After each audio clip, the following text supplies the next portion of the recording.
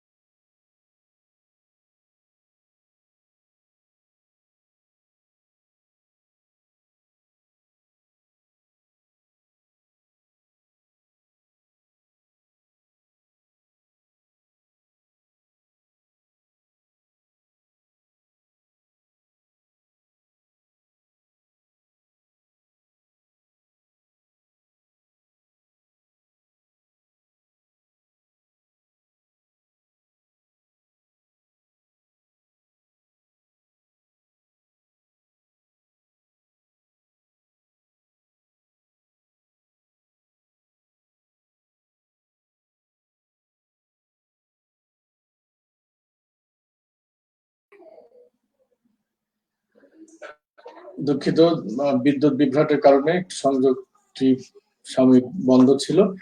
আমি বলছিলাম দৈনিক যমুনা প্রবাহ পত্রিকার সংবাদ শিরোনামের কথা। দৈনিক যমুনা প্রবাহ পত্রিকার প্রধান শিরোনাম করা হয়েছে চলন বিলে ডিঙি নৌকা বিক্রির ধুম পড়েছে।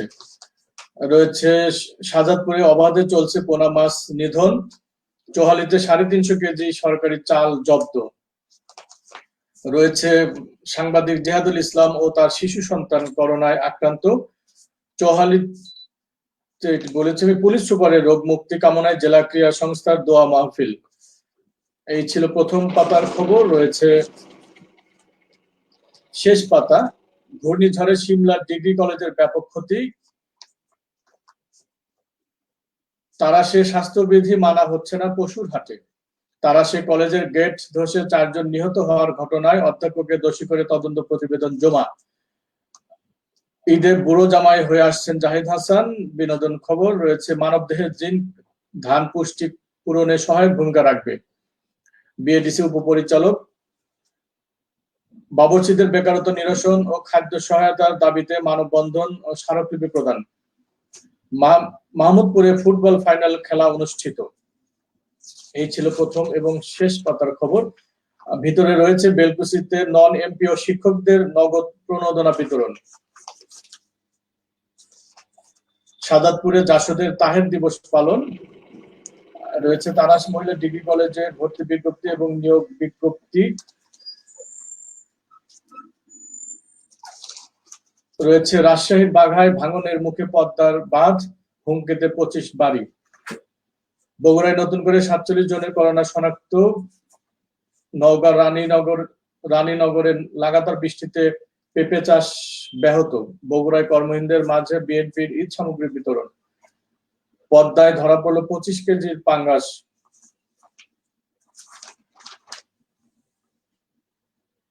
এই ছিল দৈনিক যমুনা প্রবাহ পত্রিকার সংবাদ শিরোনাম। রয়েছে দৈনিক যুগের কথা। দৈনিক যুগের কথা পত্রিকার শিরোনাম, প্রধান শিরোনাম: তারাশে বন্যা পরিস্থিতির অবনতি।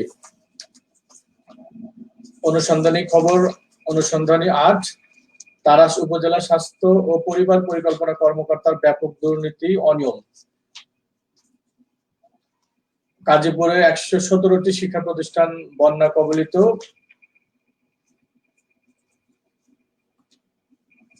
পশুর চামড়া যথাযথ ব্যবস্থা গ্রহণে জেলা প্রশাসনের সভা। বেপরোয়া সৈয়দাবাদের মজনু মোয়াজ্জেম। ব্র্যাক আরমানের উদ্যোগে গাছের চারা বিতরণ। এটি সিরাজগঞ্জের কমিউনিটি পর্যায়ে ১,৫০০ গাছের চারা বিতরণের খবর। সহায়তার দাবিতে বাবুর্চিদের মানববন্ধন। করোনায় আক্রান্ত সাংবাদিক জেহাদুল ও তার শিশু সন্তান। সিমলা ডিগ্রি কলেজে ঘূর্ণিঝড়ে ব্যাপক ক্ষতি। রয়েছে একটি বক্স রিপোর্ট। সর্বত্র মাস্ক ব্যবহার বাধ্যতামূলক।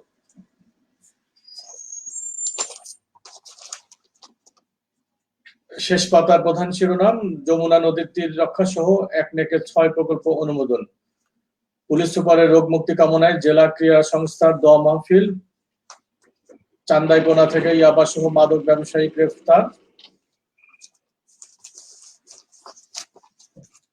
দুর্গম চরাঞ্চলে ফেসবুকের কল্যাণে বন্যা দুর্গতদের খাদ্য সহায়তা দিয়েছেন মামুন বিশ্বাস। রয়েছে করোনা আনসারদের ক্ষতিপূরণ দেওয়ার সুপারিশ স্বরাষ্ট্র মন্ত্রণালয়ের। পাবনার খবর: পাবনার সাথিয়ায় ধান উৎপাদন এবং বিক্রির প্রক্রিয়া বিষয়ক আলোচনা সভা অনুষ্ঠিত। পাবনার আরো একটি খবর: নিখোঁজ ব্যক্তির সন্ধান চেয়ে সংবাদ সম্মেলন, নদী থেকে মৃতদেহ উদ্ধার। ভিতরের পাতায় রয়েছে গাজীপুরে মার্চ দিবস অনুষ্ঠিত। গাজীপুরে কৃষি যন্ত্রপাতি বিতরণ। শাহজাদপুরে কৃষি যন্ত্রপাতি বিতরণ। শাহজাদপুরে জাসদের তাহের দিবস পালন। পাবনার ফরিদপুরে বয়স্ক ও বিধবা ভাতা বিতরণ। রয়েছে আরেকটি খবর: করোনা নিয়ে সিরাজগঞ্জের মেয়ে চয়নিকা সাহার গান। রয়েছে রাশিফল। আজকের রাশিফল জ্যোতির্ময় সুস্মিতা সেনের লেখা রাশিফল। যারা রাশিফল বিশ্বাস করেন পত্রিকাটা কিনে জেনে নিতে পারেন আপনার দিনটি আজ কেমন যাবে। এই ছিল দৈনিক যুগের কথা পত্রিকার সংবাদ শিরোনাম। রয়েছে আমার হাতে দৈনিক কলম সৈনিক। দৈনিক কলম সৈনিক পত্রিকার শিরোনাম, প্রধান শিরোনাম করা হয়েছে: সিরাজগঞ্জে জমে উঠেছে ডিজিটাল পশুর হাট। উল্লাপাড়ায় খালিয়াপাড়া গ্রামে প্রভাবশালীদের হামলায় নিরীহ পরিবার ক্ষতিগ্রস্ত। প্রতিকার চেয়ে পৃথক 2টি মামলা দায়ের। দ্বিতীয় প্রধান শিরোনাম জাতীয় শিরোনাম: একনেকে ১,১৩৬ কোটি খরচে ৬ প্রকল্পের অনুমোদন দিলেন প্রধানমন্ত্রী। গাজীপুরে 5 বছর যাবৎ মৃত ব্যক্তির বয়স্ক ভাতা তুলছেন ইউপি সদস্য। আর রয়েছে রায়গঞ্জে ইয়াবা সহ মাদক ব্যবসায়ী গ্রেফতার। সিরাজগঞ্জে একাধিক শিক্ষার্থীকে বলাৎকার খাদেম আটক। যুগান্তরের সিরাজগঞ্জ প্রতিনিধি জেহাদুল ও তার শিশু সন্তান করোনায় আক্রান্ত। শাহজাদপুরে কৃষি যন্ত্রপাতি বিতরণ। সিরাজগঞ্জের বাবুর্চিদের বেকারত্ব নিরসন ও খাদ্য সহায়তার দাবিতে মানববন্ধন ও স্মারকলিপি প্রদান। রয়েছে তারাশে স্বাস্থ্যবিধি মানা হচ্ছে না পশুর হাটে, অভিযোগ রয়েছে অতিরিক্ত খাজনা আদায়।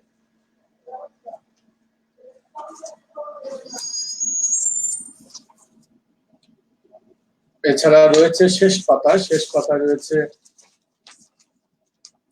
প্রধান শিরোনাম। শেষ পাতায় সিরাজগঞ্জে ঈদের আনন্দ নেই বানভাসীদের। বাইরের খবর: জামালপুরের খবর, বন্যায় জামালপুরের 10 লাখ মানুষের দুর্ভোগ চরমে।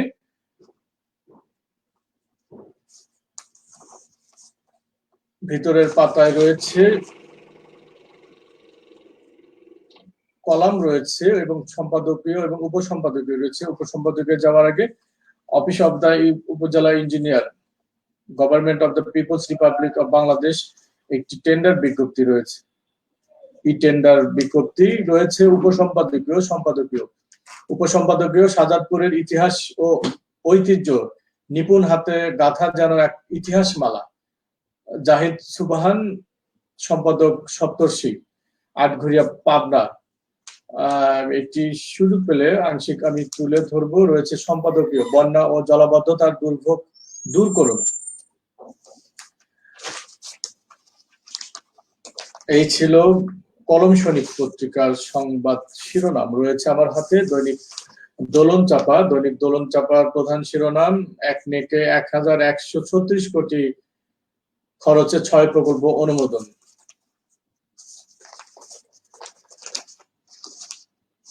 মৌসুমে সবচেয়ে খারাপ অবস্থা, বন্যা আরো অবনতির মুখে। সাজাদপুরে কৃষি যন্ত্রপাতি বিতরণ করা হয়েছে। খাল ও ড্রেনের পরিকল্পনায় ডুবছে ঢাকা, এটি জাতীয় খবর। রয়েছে ফেসবুক কর্নার, কানাডার বেগমপাড়া কোথায়? কানাডায় বেগমপাড়া বলে কোনো জায়গা নেই, বেগমপাড়া হচ্ছে একটি মিথ। ডক্টর মঞ্জুর খোদার টরিক। তারাশে স্বাস্থ্যবিধি মানা হচ্ছে না পশুর হাটে। রয়েছে অতিরিক্ত খাজনা আদায়ের অভিযোগ। সিমলা ডিগ্রি কলেজে ঘূর্ণিঝড়ে ব্যাপক ক্ষতি। এছাড়া রয়েছে শেষ পাতায়, সবার জন্য মাস্ক ব্যবহার বাধ্যতামূলক।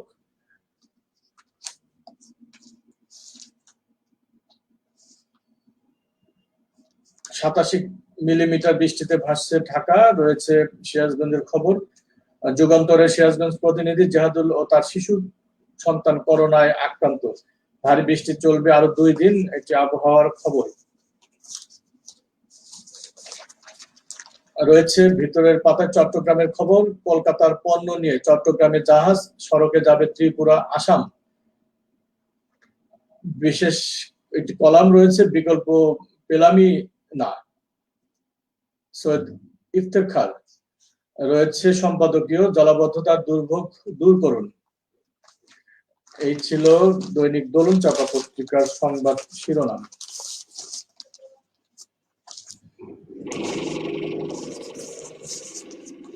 রয়েছে আমার হাতে দৈনিক সিরাজগঞ্জ প্রতিদিন। দৈনিক সিরাজগঞ্জ প্রতিদিনের সংবাদ শিরোনাম, প্রধান শিরোনাম করা হয়েছে, সিরাজগঞ্জের কোরবানি পশুর চামড়া যথাযথ ব্যবস্থা গ্রহণ সংক্রান্ত প্রস্তুতিমূলক সভা অনুষ্ঠিত।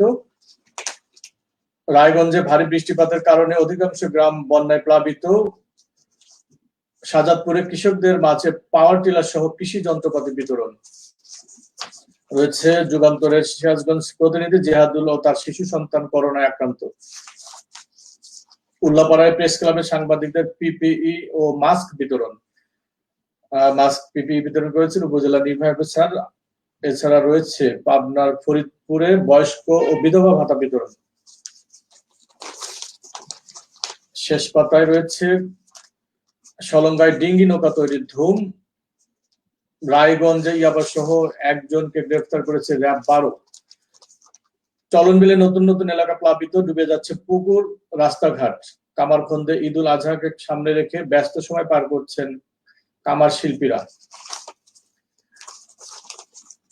স্বাস্থ্য কথা রয়েছে, করোনার বিরুদ্ধে লড়তে 4 চাবিকাঠি। রয়েছে সিরাজগঞ্জের সলঙ্গায় বেলালের করুণ কাহিনী। স্পষ্টবাদী লেখা, সকলেই তোমার রয়েছে সিরাজি, তুমি আজ চলে গিয়েছ। কবি সাহিত্যিকদের সক্ষতা ও মমত্ববোধের সেকাল আর একালের প্রেক্ষাপট। সম্পাদকীয়, যেসব অভিভাবক শিশুকে বিদ্যালয়ে পাঠাবেন তারাই করোনাকালীন সহায়তা পাবেন। এইটি আমি বিস্তারিত তুলে ধরবো। রয়েছে উল্লাপাড়ায় গাছের চারা বিতরণ, কামারখন্দে গাছের চারা বিতরণ।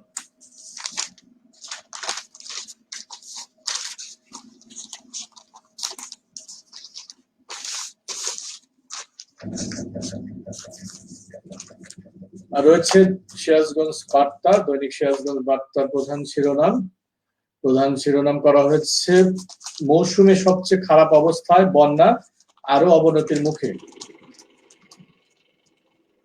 নির্বাচিত কলাম 76-এর ক্ষুদিরাম সাইফুল ইসলামের লেখা, ঈদুল আজহা 1 আগস্ট, সবার জন্য মাস্ক ব্যবহার বাধ্যতামূলক। গাজীপুরে বন্যায় 1,66,000 মানুষ পানিবন্দী। যুগান্তরের সিরাজগঞ্জ প্রতিনিধি, জেহাদুল ও তার শিশু সন্তান করোনা আক্রান্ত। এই ছিল সিরাজগঞ্জের খবর। রয়েছে শেষ পাতা, সিরাজগঞ্জের বাবরচি ইউনিয়নের মানববন্ধন ও স্মারকলিপি পেশ। কর্নেল আবু তাহেরের স্মরণে বাসদের আলোচনা সভা, এটি সিরাজগঞ্জ জেলা শাখার উদ্যোগে অনুষ্ঠিত হয়েছে। রয়েছে চৌহালির ক্ষতিগ্রস্ত কৃষকেরা পাচ্ছেন না ব্যাংক ঋণ, মানবদেহে জিঙ্ক ধান পুষ্টি পূরণে সহায়ক ভূমিকা রাখবে বিএডিসি উপপরিচালক, এটি পাবনার সাথিয়ার খবর। করোনায় বিক্রি হচ্ছে আসবাবপত্র সহ সাজানো শিক্ষা প্রতিষ্ঠান। রয়েছে স্বাস্থ্য কথা, মানসিক চাপ কমাতে যা খাবেন। এই ছিল দৈনিক সিরাজগঞ্জ বার্তা সংবাদ শিরোনাম। সেই সাথে সিরাজগঞ্জ থেকে প্রকাশিত দৈনিক পত্রিকাগুলোর সংবাদ শিরোনাম শুনলেন। রয়েছে এ পর্যায়ে অনলাইন পোর্টালগুলোর সংবাদ শিরোনাম।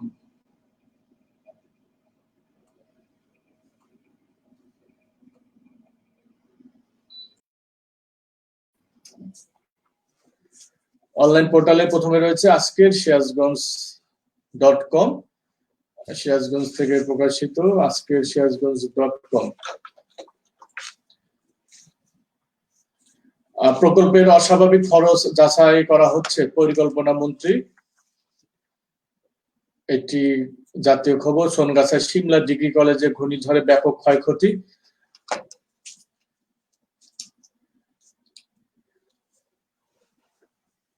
রয়েছে প্রধানমন্ত্রী কর্তৃক নন এমপি ও শিক্ষক কর্মচারীদের বেলকুচিতে নগদ অর্থ প্রদান। আজ কর্নেল তাহের দিবস। দৈনিক যুগান্তর জেলা প্রতিনিধি ও দৈনিক আজকের সিরাজগঞ্জ পত্রিকার সম্পাদক জিহাদুল ও তার শিশু সন্তান করোনা আক্রান্ত। পাবনা সাথিয়া উপজেলা পুষ্টি পূরণে জিঙ্ক ধান উৎপাদনের কৃষকদের সাথে বিএডিসির আলোচনা সভা। শাহজাদপুরে জাসদের তাহের দিবস পালন। এছাড়া রয়েছে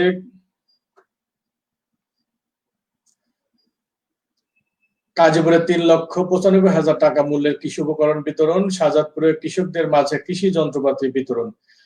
এই ছিল আজকের সিরাজগঞ্জ.com। রয়েছে দৈনিক সিরাজগঞ্জ কণ্ঠ, সিরাজগঞ্জ কণ্ঠে রয়েছে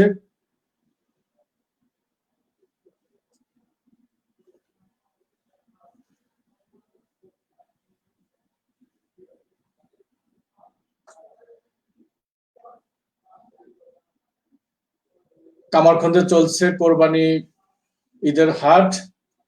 বেলকুচিতে খাবার না পেয়ে কিশোরের আত্মহত্যা। শিক্ষিকা ফৌজিয়া আলম বাবলি আটক। রয়েছে সিরাজগঞ্জের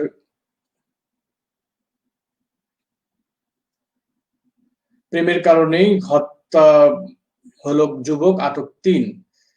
উল্লাপাড়ায় প্রাথমিক বিদ্যালয়ের শিক্ষকদের ডিজিটাল বায়োমেট্রিক হাজিরা। উল্লাপাড়ায় পূর্ব শত্রুতার জের ধরে মা ও ছেলেকে গলা কেটে হত্যা।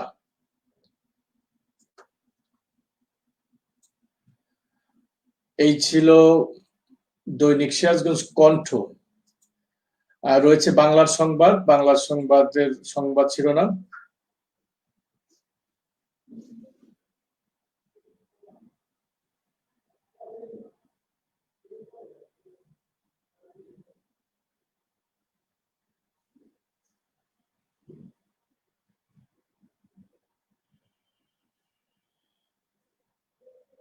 বেলকুচিতে প্রাথমিক বিদ্যালয়ে বেঞ্চ বিতরণ।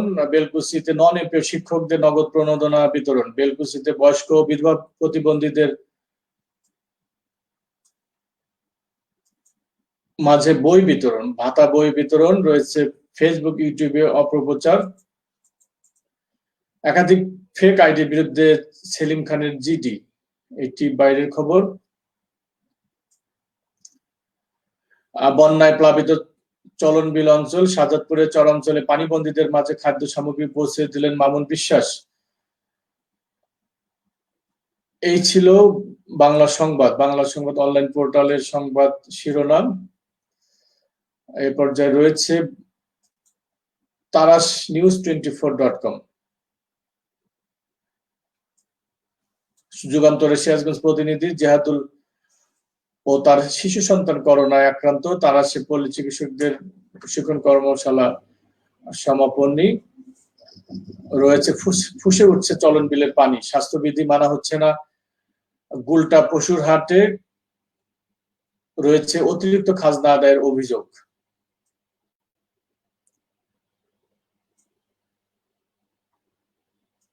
এছাড়া রয়েছে মুসলাকা ভঙ্গ করে বাল্য বিয়ে দিলেন তালম ইউপি সদস্য। এই ছিল বাংলা সংবাদ অনলাইন পোর্টালের সংবাদ শিরোনাম। রয়েছে the people's news 24.com, people's news 24.com সংবাদ শিরোনাম, মানবতার দৃষ্টান্ত স্থাপন করলেন নাটোর পৌরসভার 2 নং ওয়ার্ডের সাবেক কাউন্সিলর জাহিদ। মানবতার ফেরিওয়ালা বাংলাদেশ পুলিশের ডিআইজি রাজনৈতিক এসবি শাখা ও ইঞ্জিনিয়ার নাফিউল ইসলাম। এবার স্বপ্নের গুগলে যোগ দিলেন ময়মনসিংহের মেধাবী ছাত্র ফাহিম। বন্যা কবলিতদের শুকনো খাবারের সংকট চরমে।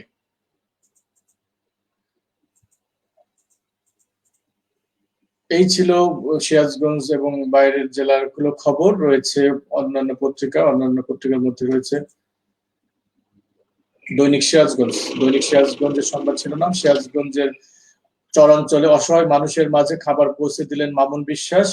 বন্যায় গাজীপুরে 117টি শিক্ষা প্রতিষ্ঠান প্লাবিত। এছাড়া রয়েছে অন্যান্য খবর। সিরাজগঞ্জের গাজীপুরে বানভাসী 200 পরিবার ত্রাণ বিতরণ। যুগান্তরের সিরাজগঞ্জ প্রতিনিধি জেহাদুল তার শিশুর সন্তান করোনা আক্রান্ত। এই ছিল দৈনিক সিরাজগঞ্জের সংবাদ শিরোনাম। এছাড়া রয়েছে ঈদুল আজহা 1 আগস্ট।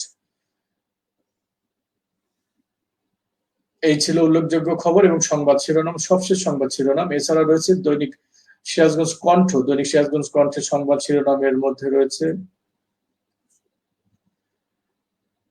রবিউল একটু সহযোগিতা করবে অনলাইন পোর্টালটি।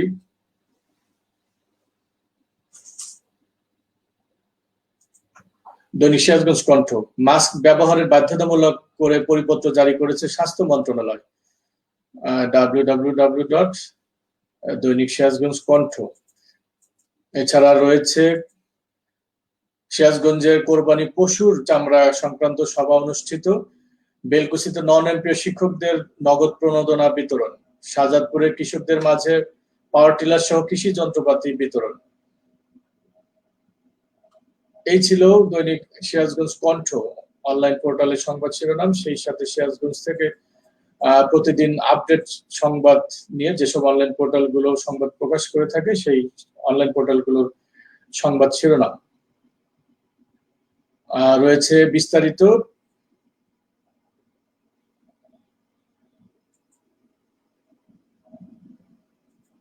দর্শক দেখছেন আমার সিরাজগঞ্জ অনুষ্ঠান, সিরাজগঞ্জ থেকে প্রকাশিত দৈনিক পত্রিকা এবং অনলাইন পোর্টালগুলোর সংবাদ শিরোনাম।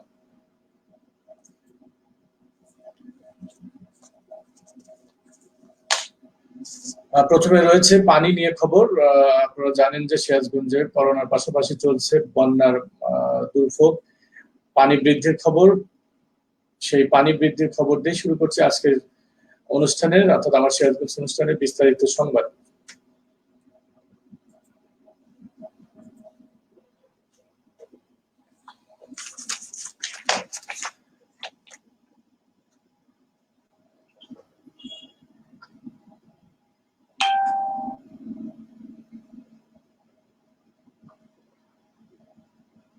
দর্শক দেখছেন আমার সিরাজগঞ্জ অনুষ্ঠান প্রতিদিন সকাল ঠিক 9টায়। ফেরদৌস হাসান ফেসবুক আইডির পাশাপাশি ফেসবুক পেজ ফেরদৌস হাসান সিরাজগঞ্জ, দৈনিক Sirajganj, positive Sirajganj, Facebook group positive Sirajganj এবং YouTube channel live TV Sirajganj থেকে সরাসরি। আপনি ঘরে থাকুন, ঘরে থেকে সিরাজগঞ্জের সব খবর, বিস্তারিত খবর জানুন। চোখ রাখুন ফেরদৌস হাসান ফেসবুক আইডিতে, সেই সাথে ইউটিউব চ্যানেল লাইভ টিভি সিরাজগঞ্জে। এখনই সাবস্ক্রাইব করুন YouTube channel live TV Sirajganj এবং সিরাজগঞ্জের সব ঘটনা, সব বিস্তারিত জানুন। সিরাজগঞ্জ থেকে প্রকাশিত দৈনিক পত্রিকাগুলোতে যে খবরগুলো জাতীয় পত্রিকা অর্থাৎ গণমাধ্যমগুলোতে স্থান পায় না, সেই খবরগুলো বিস্তারিত তুলে ধরা হয়ে থাকে দৈনিক পত্রিকা এবং অনলাইন পোর্টালগুলোতে। আপনি এক ক্লিকেই সিরাজগঞ্জের সব খবর জানতে পারবেন। রয়েছে পানি সমতল নিয়ে রিপোর্ট পানির সমতল যমুনা নদী সিরাজগঞ্জ পয়েন্টে পানির সমতল পানি সিরাজগঞ্জ পয়েন্টে 61 সেন্টিমিটার উপর দিয়ে প্রবাহিত হচ্ছে। সিরাজগঞ্জ পয়েন্টের বিপদসীমা 13.35 মিটার, পানি সমতল 13.96 মিটার, অর্থাৎ আজ ভোর 6টা পর্যন্ত রিপোর্ট 61 সেন্টিমিটার উপর দিয়ে প্রবাহিত হচ্ছে। কাজীপুর পয়েন্টের বিপদসীমা 64 সেন্টিমিটার উপর দিয়ে প্রবাহিত হচ্ছে। এটি ভোর 6টার খবর। কাজীপুর পয়েন্টে বিপদসীমা 15.25 মিটার, পানি সমতল 15.89 মিটার। পানি সমতল নিয়ে প্রতিদিন আপডেট তথ্য দিয়ে থাকেন উপবিভাগীয় প্রকৌশলী এ কে এম রফিকুল ইসলাম, বাংলাদেশ পানি উন্নয়ন বোর্ড সিরাজগঞ্জ অফিসের কর্মরত রয়েছেন তিনি। কৃতজ্ঞতা সেই সাথে অভিনন্দন এবং শুভকামনা রইল আপনার প্রতি। এই ছিল পানি নিয়ে রিপোর্ট। পানি নিয়ে আরো রিপোর্ট রয়েছে, অর্থাৎ বিভিন্ন এলাকায় রয়েছে জনদুর্ভোগ, পানিবন্দী মানুষের খাবার সংকট, বিশুদ্ধ পানি, শুকনো খাবার সহ বিভিন্ন সমস্যা রয়েছে। সেই খবরগুলো উঠে এসেছে পত্রিকাগুলো।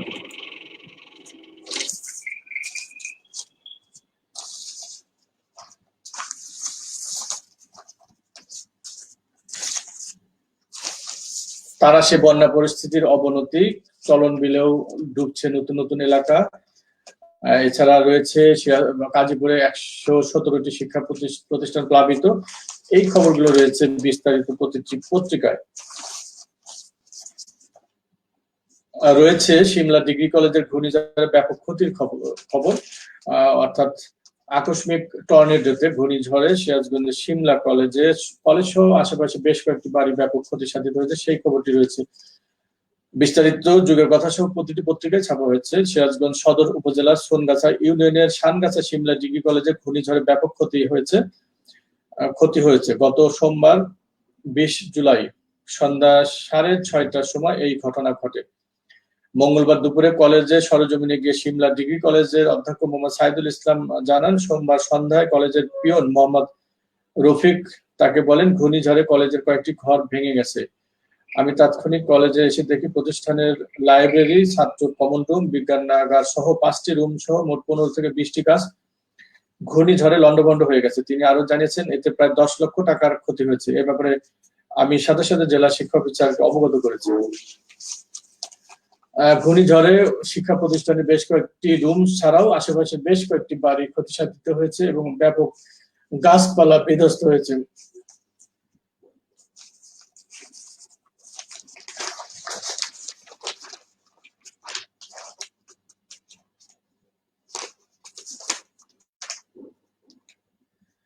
অনুসন্ধানী খবর রয়েছে। অনুসন্ধানে 8 একটি যুগের কথার ধারাবাহিক প্রতিবেদন। তারাশ উপজেলা স্বাস্থ্য ও পরিবার পরিকল্পনা কর্মকর্তার ব্যাপক দুর্নীতি এবং অনিয়ম আমি আংশিক তুলে ধরবো। তারাশ স্বাস্থ্য কমপ্লেক্সের ডাক্তার মোহাম্মদ জামাল মিয়া যোগদান করার পর থেকে সীমাহীন দুর্নীতি করে চলেছে। তারাশ স্বাস্থ্য কমপ্লেক্সের মাত্র 3 মাসের ব্যবধানে 9 লক্ষ টাকার ইউনানি ওষুধ ক্রয় করা হয়েছে। গত মার্চ মাসে 5 লক্ষ টাকার এবং গত জুন মাসে 4 লক্ষ টাকার ইউনানি ওষুধ ক্রয় দেখানো হয়েছে। এ যাবৎ যতগুলি দুর্নীতি করেছে তার মধ্যে ইউনানি ওষুধ ক্রয় একটি। অভিযোগ রয়েছে এই বিভিন্ন দুর্নীতি ও অনিয়মের কাজের জন্য টিএইচসি কে সহযোগিতা করেছে অত্র হাসপাতালের বিইউএমএস ইউনানি ডাক্তার আব্দুর রাজ্জাক। স্বাস্থ্য পরিদর্শক মোহাম্মদ আতহার আলী, স্টোর কিপার মোহাম্মদ সাদত হোসেন ও পরিসংখ্যানবিদ মোহাম্মদ মনিরুজ্জামান। সংশ্লিষ্ট সূত্রে জানা গেছে, তারা স্বাস্থ্য কমপ্লেক্সে ইউনানি ওষুধ ক্রয়ের জন্য গত 20 মে 2020 ইংরেজি তারিখে উপজেলা স্বাস্থ্য ও পরিবার পরিকল্পনা কর্মকর্তা কোটেশন বিজ্ঞপ্তি আহ্বান করেন। কোটেশন দরপত্র জমা দেওয়ার শেষ তারিখ 7/6/2020 উল্লেখ করেন এবং একই তারিখে 3 সদস্য বিশিষ্ট যাচাই বাছাই ও মূল্যায়ন কমিটি গঠন করেন। এতে 3টি দরপত্র জমা পড়ে। 1 নম্বর ছিল ঢাকার শারমিন এন্টারপ্রাইজ, 2 নম্বরে রাজধানী ট্রেডার্স এবং 3 নম্বর ম্যানশন ফার্মাসিউটিক্যাল। এদের মধ্যে শারমিন এন্টারপ্রাইজ 4,04,506 টাকা, রাজধানী ট্রেডার্স 4,07,246 টাকা এবং ম্যানশন ফার্মাসিউটিক্যাল 3,99,610 টাকার দরপত্র জমা দেন। এতে ম্যানশন ফার্মাসিউটিক্যাল দরপত্রের মূল্য কম হয়। ইউনানি ওষুধ সরবরাহকারী হিসেবে 8/6/2020 ইংরেজি তারিখে কার্যাদেশ প্রদান করেন এবং 18/6/2020 তারিখের মধ্যে উল্লেখিত ওষুধপত্র সরবরাহ করার জন্য বলা হয়। অনুসন্ধানে দেখা যায় ম্যানশন ফার্মাসিউটিক্যালস গত ৮/৬/২০২০ তারিখে ওষুধ সরবরাহ না করেই এবং কার্যাদেশ প্রাপ্তির তারিখেই তারাস উপজেলা স্বাস্থ্য ও পরিবার পরিকল্পনা কর্মকর্তা বরাবর বিল দাখিল করেন। অর্থাৎ এটি একটি ভুতুরে বিল এবং অনিয়মের খবর। বিস্তারিত রয়েছে দৈনিক যুগের কথা পত্রিকায়। রয়েছে পশুর চামড়া নিয়ে একটি খবর। পশুর চামড়া যথাযথ ব্যবস্থা গ্রহণে জেলা প্রশাসনের সভা অনুষ্ঠিত হয়েছে। সিরাজগঞ্জে আসন্ন ঈদ উল আজহা উপলক্ষে কোরবানি পশুর চামড়া যথাযথ ব্যবস্থা গ্রহণ সংক্রান্ত প্রস্তুতিমূলক সভা অনুষ্ঠিত হয়েছে। মঙ্গলবার ২১ জুলাই 11:30টায় শহীদ শামসুদ্দিন সম্মেলন কক্ষে জেলা প্রশাসক ডক্টর ফারুক আহমদের সভাপতিত্বে আয়োজিত প্রস্তুতিমূলক সভায় বক্তব্য রাখেন অতিরিক্ত জেলা প্রশাসক সার্বিক মোহাম্মদ ফিরোজ মাহমুদ সহ আরো অন্যান্যরা ছিলেন, অর্থাৎ ব্যবসায়ীরা ছিলেন, তারা বক্তব্য দিয়েছেন।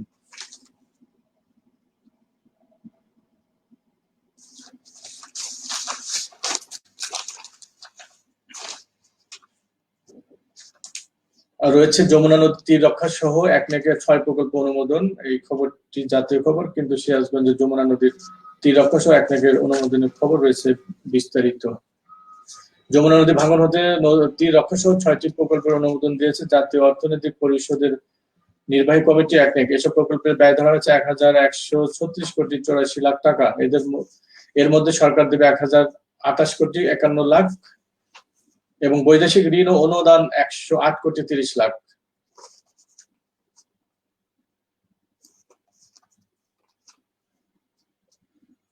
এই প্রকল্পগুলোর মধ্যে রয়েছে প্রকল্পের নোয়াখালীর সুবর্ণচর, হাতিয়া, কোম্পানিগঞ্জ ও কবিরহাটের বাস্তবায়িত হবে। প্রকল্পের প্রধান কার্যক্রম সমূহ হলো ১৭১ কিলোমিটার খাল পুনঃখনন, বিকল্প বাঁধ নির্মাণ, নদীর তীর প্রতিরক্ষা ও ২৯৩ হেক্টর ভূমি অধিগ্রহণ।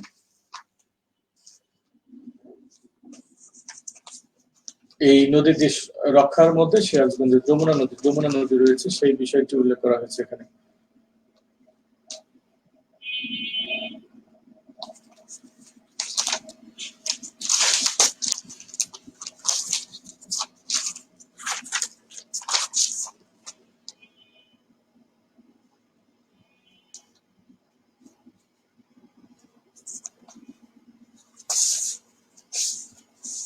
করোনা নিয়ে রিপোর্ট। করোনা তারাশে স্বাস্থ্যবিধি মানা হচ্ছে না, পশুর হাটে অভিযোগ রয়েছে অতিরিক্ত খাজনা আদায়। তারাশ থেকে গোলাম মোস্তফা রিপোর্ট। সিরাজগঞ্জে তারাশে প্রসিদ্ধ গুলটা হাটে স্বাস্থ্যবিধি না মেনে চলছে পশু ক্রয় বিক্রয়। করোনা ভাইরাসের কোনো রকমের তোয়াক্কা না করে দুপুর থেকে সন্ধ্যা অবধি ক্রয় বিক্রয় ব্যস্ত ক্রেতা বিক্রেতারা।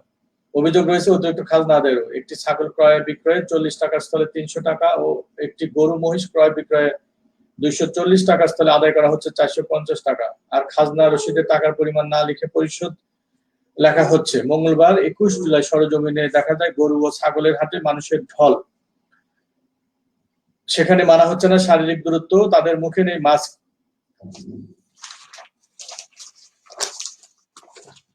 রয়েছে সিরাজগঞ্জে জমে উঠেছে ডিজিটাল পশুর হাট। এই খবরটি যাবার আগে রয়েছে যুগান্তরের সিরাজগঞ্জ প্রতিনিধি জেহাদুল তার শিশু সন্তান করোনা আক্রান্ত। দৈনিক যুগান্তরের সিরাজগঞ্জ জেলা প্রতিনিধি, স্থানীয় দৈনিক আজকের সিরাজগঞ্জের সম্পাদক এবং সিরাজগঞ্জ রিপোর্টার্স ইউনিটির সভাপতি জেহাদুল ইসলাম ও তার ৯ মাসের শিশু সন্তান মোহাম্মদ জাইন আব্দুল্লাহ করোনা আক্রান্ত হয়েছেন। মঙ্গলবার দুপুরে সিরাজগঞ্জ সিভিল সার্জন অফিস থেকে ডাক্তার সৌমিত্র বসাক ও পুলিশ সুপার কার্যালয় থেকে এসআই ছাড়ার মোবাইলে দুজনের করোনা আক্রান্তের বিষয়টি নিশ্চিত করেন। এর আগে সাংবাদিক জেহাদুল ইসলামের শরীরে করোনা উপসর্গ দেখা দিলে ১৯ জুলাই রবিবার দুপুরে তিনি সহ তার স্ত্রী নাসিমা খাতুন ও শিশু সন্তান মোহাম্মদ জাইন আব্দুল্লাহর নমুনা সংগ্রহ করে Shaheed M Monsur Ali Medical College হাসপাতালে পরীক্ষার জন্য পাঠানো হয়।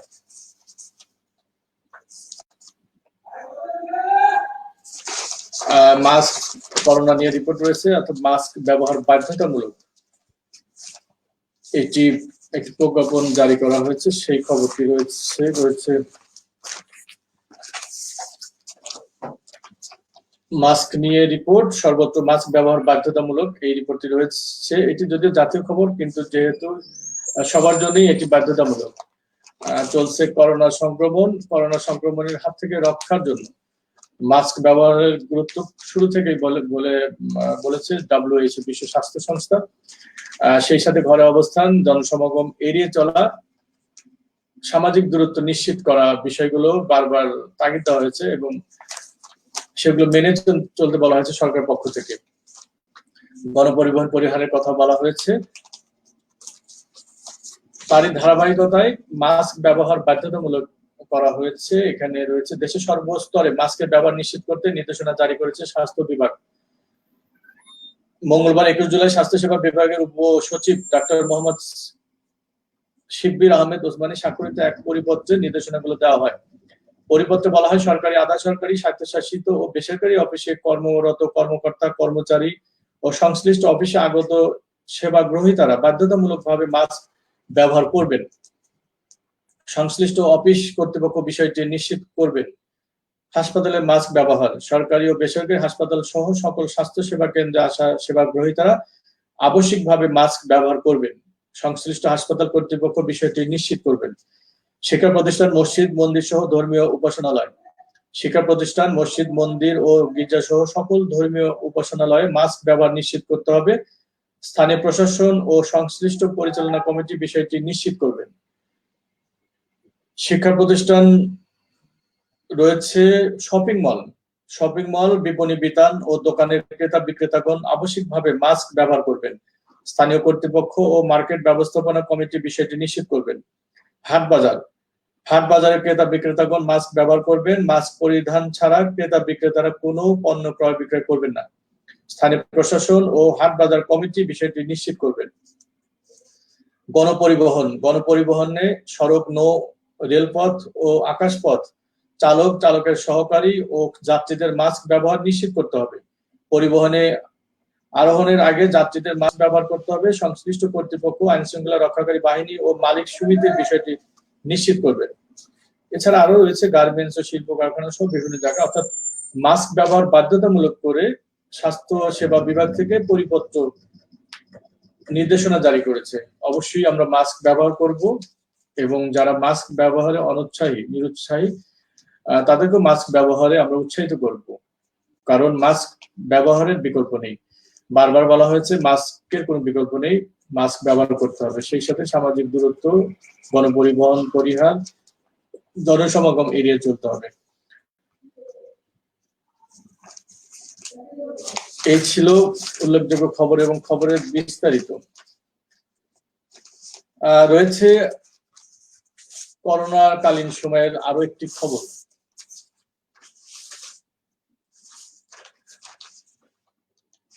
যেসব অভিভাবক শিশুকে বিদ্যালয়ে পাঠাবেন তারাই করোনাকালীন সহায়তা পাবেন। এটি সিরাজগঞ্জ প্রতিদিনের সম্পাদকীয়। করোনা ভাইরাস মহামারীর পর সারা বিশ্বে 1 কোটি শিশু আর বিদ্যালয়ে ফিরবে না বলে যুক্তরাজ্য ভিত্তিক স্বেচ্ছাসেবী সংস্থা সেভ দ্য চিলড্রেনের গবেষণায় যে তথ্য বেরিয়ে এসেছে সেটি আমাদের জন্য বেশ উদ্বেগজনক। সেভ দ্য চিলড্রেন বলেছেন, দারিদ্র বেড়ে যাওয়া এবং শিক্ষা তহবিল কমে যাওয়ার কারণে এটি ঘটবে। দুই দিক থেকেই বাংলাদেশ ঝুঁকিতে আছে। বিভিন্ন সরকারি ও বেসরকারি গবেষণা জরিপে দেখা যায়, করোনার অভিঘাতে অনেক মধ্যবিত্ত পরিবার, নিম্নবিত্ত এবং নিম্ন মধ্যবিত্ত পরিবার দরিদ্রতার কাতারে চলে এসেছে। দারিদ্রতার হার 22 থেকে 35% পৌঁছেছে। করোনাকাল দীর্ঘস্থায়ী হলে দরিদ্র ও কাজ হারানো মানুষের সংখ্যা আরো বাড়বে বলে সংশ্লিষ্টদের ধারণা। তবে কিছুটা স্বস্তিদায়ক হলো, সেভ দ্য চিলড্রেন সবচেয়ে ঝুঁকিপূর্ণ যে 10টি দেশের নাম বলেছে তার মধ্যে বাংলাদেশ নেই। দেশগুলো হলো Niger, Mali, Liberia, Afghanistan, Guinea, Mauritania, Yemen, Nigeria, Pakistan, Senegal ও আইভরি কোস্ট। করোনা বাংলাদেশের শিশুদের শিক্ষার উপরই কেবল অভিঘাত তৈরি করেনি, স্বাস্থ্য সেবা ও পুষ্টিতেও তারা খুব নাজুক অবস্থা আছে। এই ব্যাপারে এখনই সরকারের নজর দেওয়া প্রয়োজন। বাংলাদেশের সংবিধানে নাগরিকদের খাদ্য, বস্ত্র, আবাসন, শিক্ষা ও স্বাস্থ্য সেবা দেওয়ার অঙ্গীকার থাকলে স্বাধীনতার সুপূর্ণ জয়ন্তীর দোরগোড়ায় এসেও আমরা তা বাস্তবায়ন করতে পারিনি।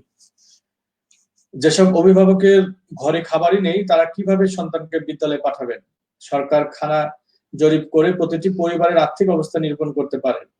বিদ্যালয় থেকে শিশুর ঝরে পড়া রোধে সরকার আগে থেকে কিছু কিছু পদক্ষেপ নিয়েছে, তারপরেও আমরা প্রাথমিক শিক্ষাকে সার্বজনীন করতে পারিনি।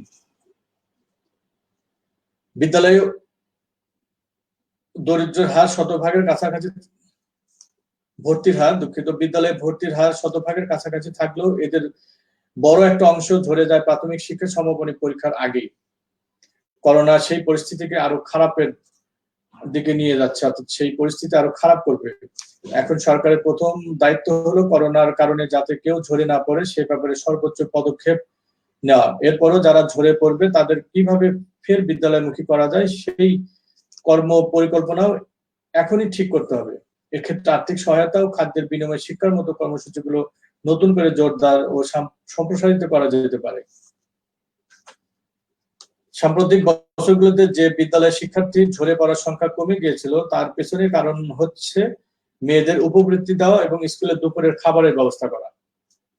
তবে দুপুরের খাবারের ব্যবস্থা সব বিদ্যালয়ে করা যায়নি। সরকারি হিসাবে বাংলাদেশের শিক্ষার হার ৭২%। এর অর্থ ১৭ কোটি মানুষের দেশে ৩.৫ কোটি মানুষ এখনো শিক্ষার আলো থেকে বঞ্চিত। এসডিজিতে ২০৩০ সালের মধ্যে সবার জন্য মানসম্মত শিক্ষা নিশ্চিত করার কথা ছিল। করোনা কেবল বাংলাদেশে নয়, সব উন্নয়নশীল দেশকেই বড় ঝুঁকিতে ফেলেছে। এই ঝুঁকি কমিয়ে আনার উপায় হলো বিদ্যালয়গামী প্রতিটি শিশুর আর্থিক অবস্থা পরিমাপ করে প্রয়োজনীয় সহায়তা দেওয়া। এমনকি অভিভাবকদের সহায়তা দেওয়ার ক্ষেত্রেও শিশুকে বিদ্যালয়ে পাঠানোর শর্ত আরোপ করা যেতে পারে, যেটি শিরোনাম অর্থাৎ শুরুতেই যেটি বলা হয়েছে, অর্থাৎ যেসব অভিভাবক শিশুকে বিদ্যালয়ে পাঠাবেন তারাই করোনাকালীন সহায়তা পাবেন। এ ধরনের কর্মসূচি সফল করতে হলে সকলকে সরকারকে শিক্ষা খাতে বরাদ্দ আরো বাড়াতে হবে। প্রয়োজনীয় অবকাঠামো উন্নয়নে ব্যয় কমিয়ে শিশুদের বিদ্যালয়মুখী করার জন্য বাড়তি বরাদ্দ রাখা হোক। করোনার আগে বিদ্যালয়ে যেত এরকম কোন শিশুকে করোনার পরে বিদ্যালয়ের বাইরে রাখা যাবে না। এই ছিল সম্পাদকীয়।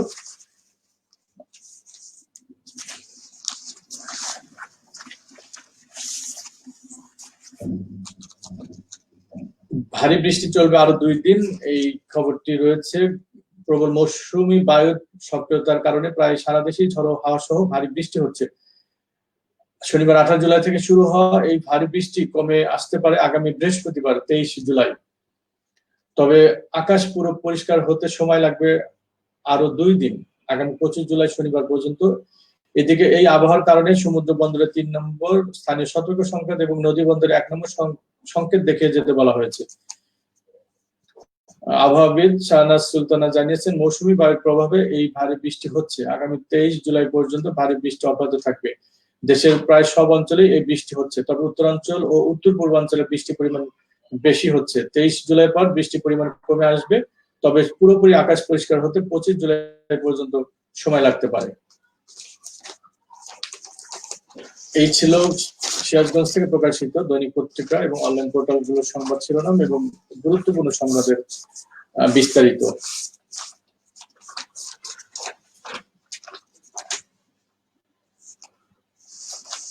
দর্শক দেখছেন আমার সিরাজগঞ্জ অনুষ্ঠান প্রতিদিন সকাল ঠিক ৯টায়। ফেরদৌস হাসান ফেসবুক আইডির পাশাপাশি ফেসবুক পেজ ফেরদৌস হাসান দৈনিক সিরাজগঞ্জ, পজিটিভ সিরাজগঞ্জ এবং ফেসবুক গ্রুপ পজিটিভ সিরাজগঞ্জ সহ YouTube channel live TV Sirajganj থেকে সরাসরি প্রচারিত হচ্ছে। সঙ্গে থাকুন এবং সিরাজগঞ্জের সব খবর, বিস্তারিত খবর জানুন। দেখবো কমেন্টস অর্থাৎ মন্তব্য।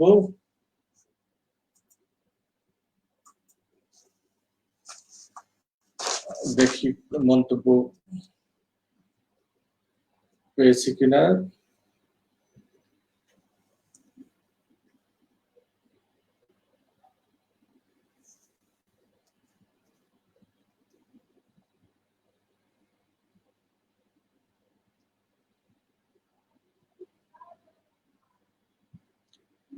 মন্তব্য রয়েছে, প্রথমে রয়েছে